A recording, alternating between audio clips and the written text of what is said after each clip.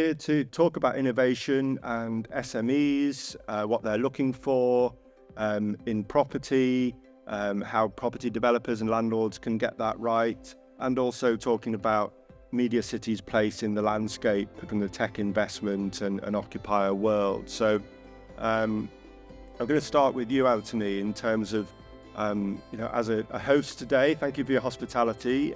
Tell us about where we are and some of the things that happen here. Thank you, Paul. I came to MediaCity just over 2 years ago to look at the question of innovation. So that journey has been really interesting, meeting hundreds of people, everybody from the student coming out of the university with a great idea, right the way through to established companies with global brand names. So that ecosystem that already exists, that has been here for decades, is what MediaCity is built on.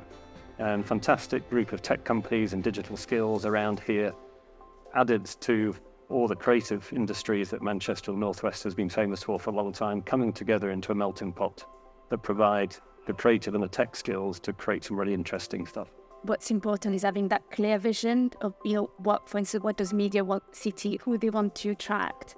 And then you get the right companies here so people can buy straight from the beginning in terms of, okay, I'm going to come here because there's other relevant ecosystems of companies.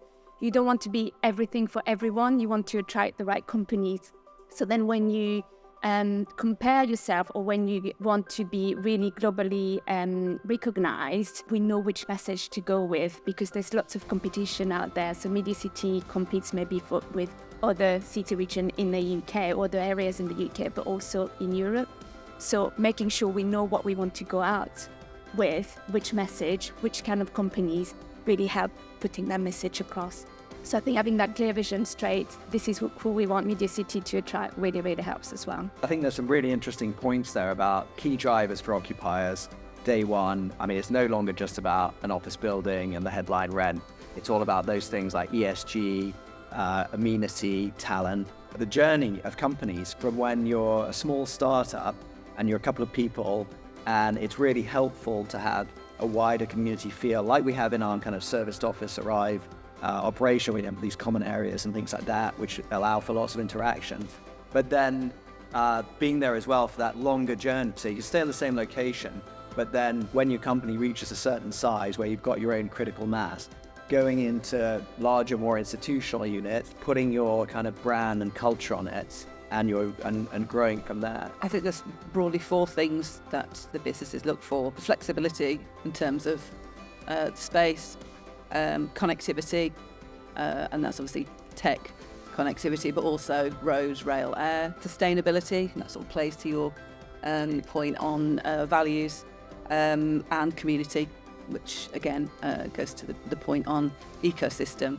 So those 4 areas I think are the main considerations, but absolutely ecosystem is paramount, and buying into that ecosystem and being part of something that's not just a building. Being local authority based, and we have obviously a big look across all of the traditional sort of business units within Salford as well, and I think it's great listening to what we've all been talking about there, but it's linking in them and businesses that have been here traditionally for a long time as well, and how do they pivot into an innovation tech hub as such within MediaCity, and leveraging what maybe they don't understand yet. So again, it's that level of getting that understanding out to them and not forgetting these businesses that have successfully been there for 40, 50 years applying their trade, but then taking it to the next level of what is it their outcome is next, and will it be involved in digital? And most of the innovation things we see within Salford are coming from very much grassroots, community level. So we're trying to invest into them communities to make sure we're bringing the next Amazons, Apples, and that from the garage. We talk about a pub there, don't we, and coming from the pub there, Nigel, and growing.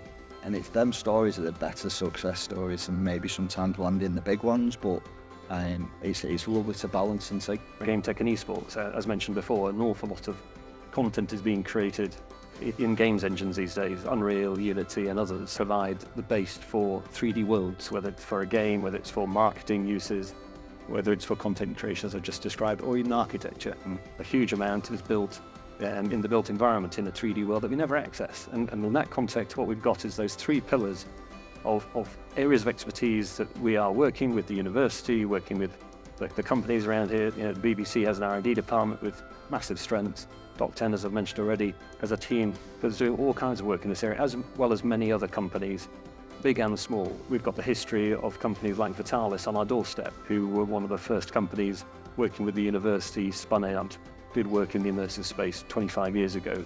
The history and the legacy of places like the Think Lab in the university mean that we've got all that expertise within the communities that we have, and that is being taken to the next level with the next VR headsets, with the next technologies that bring spatial audio to life, for instance.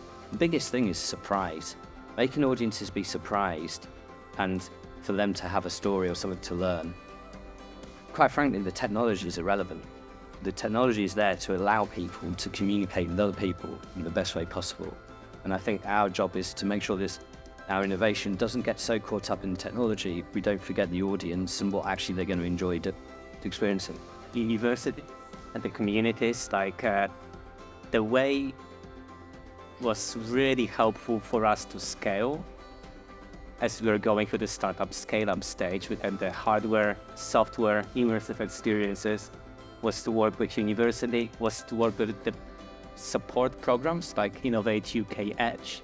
Because as soon as we try to go global, you need to have a certification maybe in different countries, Australia, China, you go everywhere, and then who do you talk to? So we used to speak with Innovate UK Edge. There are some other great business support hubs here in Greater Manchester. Then another touch point for us was that played a big role was working with innovation hubs here in MediaCity. So we would use their facilities for R&D, and then universities getting talent and then going for grants together. That played a big part in our growth. And what we're doing right now at Salford Innovation Forum, Oxford Innovation, is working with universities. We've done a lot of work over the years in terms of understanding where our cluster strengths are, where we are strong in sectoral areas, including digital. Part of our role, key part of our role is to develop the strategies and the policies that will enable the city region to continue to thrive in these and other areas. Yeah, and I think a key part of that is our strategy in around innovation, how we support innovation. And one of the key initiatives that we have established over the last couple of years is Innovation GM, which is a citywide organisation, sort of an umbrella organisation to manage how we strategically develop our policies around innovation. And that's a triple helix structure of an organisation. So what I mean by that is that it's industry-led. So industry is a key part of that partnership. I don't think you can underestimate the fact that MediaCity has been built here on the point of social mobility and engagement, because children and adults in Ordsall and all of the other surrounding areas can actually see the BBC here. They can see the buildings, they can see what's happening, and if you can see it, you can be it. That's the adage, isn't it? But that as the first step was huge in opening up potential for engaging with bottom line, a bigger talent pool. So we're commissioning at the moment interactive customer experience product, which we're going to have sort of wrap-around screen immersive technology on. So we're really trying to position ourselves at the forefront of that in the property world, which can sometimes be a bit more old school. But architecture is another example of where those societal issues are addressed, and of course immersive technology plays a huge part in the future of architectural production, just as it does in every area of practice. But you've got sustainability all being supported by the development in innovation and immersive technologies. You've got the hospitals being built, all of which depend on immersive technologies for training, for operating. All of those areas that are going to be served by the innovation funding and public and private sector in partnering.